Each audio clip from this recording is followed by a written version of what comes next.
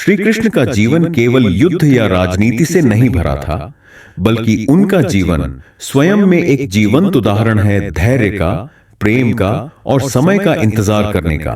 जन्म से पहले ही कंस ने उन्हें मारने की योजना बना ली थी। नवजात शिशु होकर भी उन्हें गोकुल भेजा गया, माता पिता से दूर।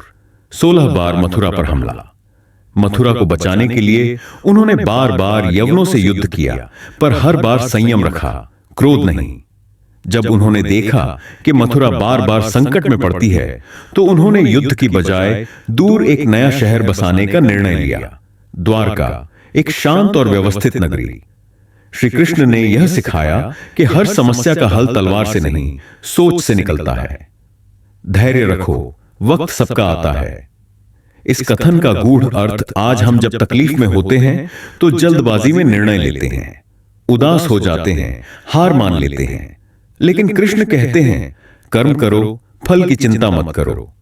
धैर्य वह गुण है जो हमें समय का इंतजार करना सिखाता है, ठीक वैसे ही जैसे अर्जुन ने युद्ध में श्री कृष्ण की सलाह पर भरोसा किया।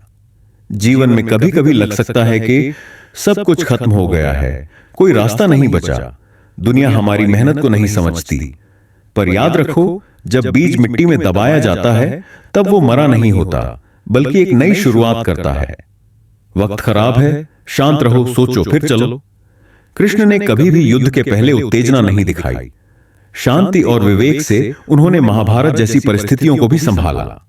जीवन मंत्र, अगर सामने तूफान है तो रुक जाओ, पर हार मत मानो। तूफान के गुजर जाने के बाद चलना आसान होगा। लोग क्या कहेंगे, इस भ्रम से बाहर आओ। श्री कृष्ण को जीवन भर ताने मिले, माखन चोर, रण छोड़, राजनीतिक खिलाड़ी, पर उन्होंने कभी इन बातों पर ध्यान नहीं दिया, क्योंकि उन्हें पता था कि सत्य क्या है और उनका लक्ष्य क्या है। जीवन मंत्र, लोग क्या सोचते हैं वह उनका कर्म है, तुम क्या करते हो वह तुम्हारा धर्म है। जब अपना ही विरोध करें तब श्री कृष्ण को याद करो। महाभारत में अर्जुन के अपने ही भाई, गुरु, रिश्तेदार सभी दुश्मन बन गए थे, लेकिन श्री कृष्ण ने अर्जुन को सिर्फ एक ही बात कही, तुम्हारा कर्म धर्म के लिए है, भावनाओं से नहीं बंधना है। जीवन मंत्र, कभी कभी अपनों की आलोचना ही तुम्हें मजबूत बनाती है, बस लक्ष्य याद रखो। प्रेम करो पर आसक्ति नहीं। राधा से उनका प्रेम था पर आसक्ति नहीं, गोपियों से प्रेम था पर किसी पर अधिकार नहीं।